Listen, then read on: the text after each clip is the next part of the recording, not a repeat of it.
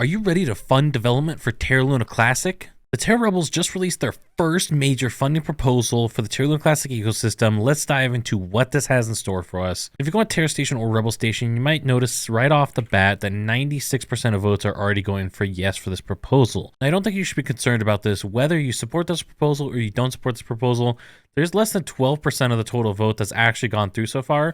So you have quite a few major validators that could come in here and dramatically swing this. I mean, all nodes comes in and drops a no. This is vast majority no just from them alone. So there's definitely a lot that could still happen here, and this is definitely still up in the air. So the idea of this proposal is to separate Rebel Station from TFL infrastructure. I'm going to explain my understanding of what that means later on, but before we do that, we need to understand why this proposal was put forward. Well, first off, TFL are in the process of replacing Terra Station with their brand new interchange station. So essentially this will allow them to connect with other things within the cosmos. You can use IBC channels, all that, to try and actually create something, a single platform, a single UI that could be used for all of these different blockchains. As a result of this, it was originally said that Terra Station will cease to be supported and will be sunset over a time period that has not been clearly defined by TFL. This is the original stance that was portrayed. However, currently TFL has kind of backstepped on that a little bit, and they're saying that actually they're going to support a legacy version until they can actually pass off control of Terra Station to someone else, and they can pass off so that we don't just get left with nothing. Now, the Terra Classic blockchain is currently incompatible with the interchange station because of a simple reason. It has to do with the prefix of your wallet. So when you go into your wallet, it's going to say Terra and then a bunch of numbers after that, right? And so what the problem is here is that Terra is used for both Terra Classic and the brand new version of Terra. And so all these tokens have different tickers when you go to things like CoinGecko, CoinMarketCap, and you're trying to search them up. The problem here is that the way that they're structured in the interchange station is to reference things based off the prefix. And so what it does is it says, hey, we have a Terra prefix. That means that it's supposed to go to this specific type of wallet. The problem here is that the Terra Luna Classic and the brand new version share the same prefix, and the wallet addresses also cross over between the two. So you're stuck with a pretty difficult situation where now the system is trying to determine which way does it go, and it can't decipher whether it's supposed to go to the classic or the new version. And so at the time of this proposal originally being started, the concern here was that TFL would sunset support for this legacy version of the Chrome extension, web app, and other potential services.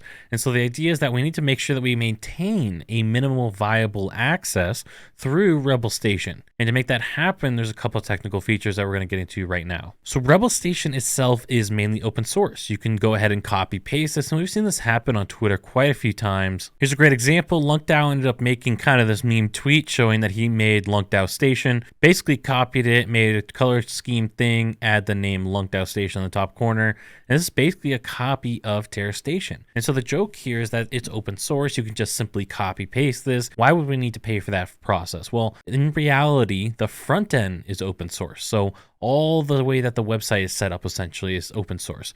The problem is all this different data that's actually displayed on the website here, all of this comes through something called APIs. So this amount in the community pool, stake ratio, the issuance, all these different data points come through what are known as APIs. Now, in simple terms, API is how you actually pull data from, in this case, the blockchain. Now, those APIs have to be hosted on a server and have to be run and maintained, and there's quite a bit of process that goes back end on that, but that's, software infrastructure essentially. And so with those APIs, right now, TFL is currently supporting those. And so the problem is if TFL sunsets support for Terra Station, those APIs will no longer be running and the data will no longer be accessible. And so in the event that that happens, the LUNC Station, Terra Station, Rebel Station, everything would cease to operate. The other problem is that as of present tense, TFL has not given this information publicly. Now, someone within TFL, Jared, has indicated that he's currently working to make these APIs public so people could actually run it themselves, set it up, and host based on their own hardware and whatnot. That way they don't have to be relying on TFL. However, as of current time of this video being recorded, this has not occurred yet. And so that's where this starts to come in. So essentially the first step here is set up backend infrastructure and assets on TR controlled hosting. So host your own APIs, host your own endpoints. That's something that's different, but essentially think of it as the same way. You're requesting data from the blockchain or potentially even interacting with the blockchain, depending on what that looks like. Step 2, set up or refactor Rebel Station frontend to reference the Terra Rebels backend assets and infrastructure. So right now, again, that information that's shown on the front side of these different Terra Station copies, that is referencing data from the TFL infrastructure. And so now they need to redirect it and say, don't look over there for the data, look at our servers for the data instead. That's the easiest way to explain it. Third step, remove TFL proprietary private APIs. This is what I was describing about these APIs that TFL has not made public yet. And hopefully Jared does come forward with those in the next couple of days, because that's a large chunk of the reason for this money. If those APIs are not given, they would actually need to reverse engineer those APIs. And then regardless, they're still going to need to create local alternatives, whether Jared gives it to them or they have to reverse engineer it themselves. Then depending on the amount of work and how difficult this actually is, which is a little hard to gauge because you can't actually see these APIs since they're all private, they're going to need testing and deployment. And so they estimate that this is going to take 2 months and cost $150,000. This would potentially also need to be followed up by multiple other funding proposals, so essentially establishing a mobile application, desktop application, Finder application, and ongoing technical support. Another important thing to note is that this work is being prioritized over the version 2.0.3 parity upgrade, and they'll revisit and provide a budget for the parity work in due course. Okay, so what are my thoughts on this proposal? Well, first off, I would say I highly encourage people to wait to vote for a couple days. Don't make sure that you don't miss out on voting. Vote on the last day or 2 days, but I would highly encourage people to wait. And the reason for that is quite simple. If Jared is able to actually provide these different APIs and stuff, we don't need to spend anywhere near this kind of money. I don't know the exact numbers. I'm not a technical person to really understand the APIs. I've done a little bit of work with APIs before, but not much. And so maybe just throwing random numbers out there, maybe it's $100,000 instead of $150,000 if they don't have to reverse engineer and do that whole process. And so if we can save that money, that's a no-brainer. Why don't we try and save $50,000?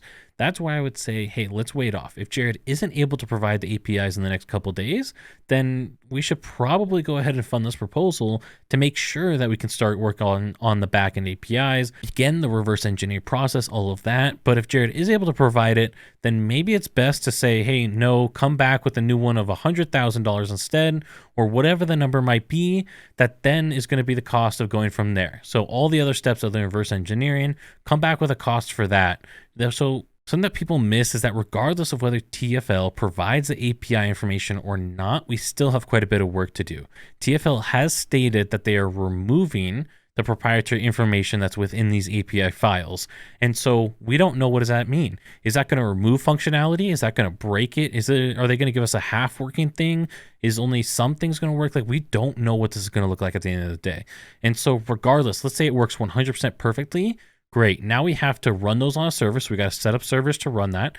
Now we have to redirect everything on the website to those new APIs instead of old ones. So again, look at our servers instead of the TFL servers and go through a serious process to still integrate that. And so right now, anybody who says definitively yes or definitively no should be listened to with great caution, because there's just too many variables up in the air right now.